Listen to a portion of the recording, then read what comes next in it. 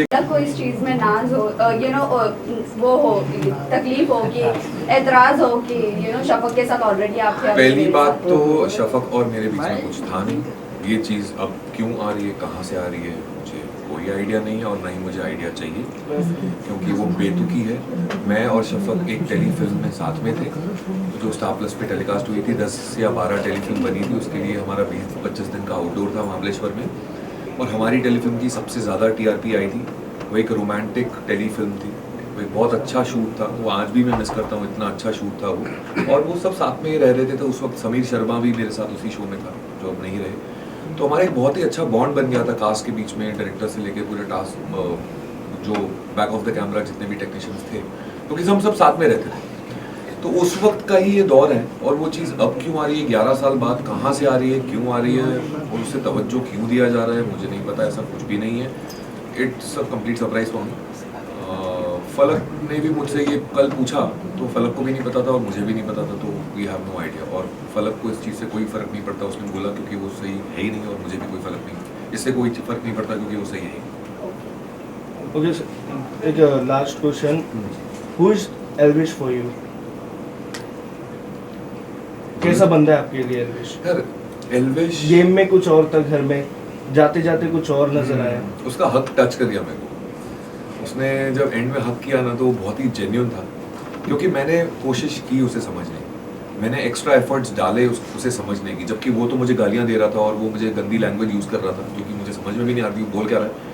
But फिर भी मुझे ऐसा लगा कि मुझे कोशिश करनी चाहिए। ऐसा नहीं होना चाहिए कि अविनाश ने तो कोशिश ही नहीं की समझने की एल्विश को। तो मैंने जब उससे समझने की कोशिश की, तो मुझे उसका रियल साइड दिखा कि वो एक समझदार बंदा है। अगर उसे 2 मिनट बैठ के अगर कुछ समझाओ ना प्यार से, भले आप अगर उसे हक जमाना चाहो ना, तो हक जमाने देता है, क्योंकि वो ऐसा इंसान है। वो एक नाइव इंसान है जो 24-25 साल का है, और वो उसमें समझदारी है, उसमें ज़्यादा गहराई है। वो समझता भी है और समझाता भी है और सिचुएशन भी समझ लेता है। पर उसने एक्सेप्ट किया उसमें एंगर इशू है, कि उसका 2 सेकंड में गुस्सा ऐसे जाता है और वो 2 घंटे में वापस ठंडा हो जाता है। ये चीज़ उसी ने खुद एक्सेप्ट किया और मुझे उसके लिए उसने सॉरी बोला है, विच आई टुक इट ग्रेसफुली। और मेरे लिए अपने दिमाग में, जहन में उसके लिए कुछ भी ग्रजेस नहीं है। जो उसने किया वो उसकी पर्सनैलिटी थी। अगेन, जिस तरीके से मैंने संभाला उस सिचुएशन को, वो मेरी पर्सनैलिटी। सो क्या एल्विश के कंधे पे कोई और बंदूक रख के चला रहा है, जैसे कोई और हक जमा रहा है उसके ऊपर? एल्विश पे मुझे नहीं लगता एल्विश किसी को हक जमाने देगा। बट एल्विश कहीं ना मैंने महसूस किया है कि जब वो मनीषा और अभिषेक के साथ होता है, तो मैं उसे पीयर प्रेशर बोलूं या कम्युनिटी प्रेशर बोलूं, कि अभिषेक अपने आप को एक तौर तरीके से रिप्रेजेंट कर रहा है, तो मुझे भी इस तरीके से अपने आप को रिप्रेजेंट करना चाहिए जो मेरे फोटा है। मनीषा अपने तरीके को इस तरीके से एस्टैब्लिश कर रही है, तो मेरा फोटे क्या है, मैं हरियाणवी हूँ, तो मुझे इस तरीके से अपने आप को दिखाना चाहिए। तो क्या वो पीयर प्रेशर में आके, कम्युनिटी प्रेशर में आके अपने आप को ऐसा रिप्रेजेंट कर रहा है, वो मेरे को समझ में नहीं आता। क्योंकि जब उसके साथ 1 to 1 as a man to man personally बैठो, तो वो बहुत ही समझदार इंसान है। पर वो समझदारी जाती कब है, जब उनके साथ होता है। जब झुंड में बात करो तो उतनी समझदारी नहीं दिखती है।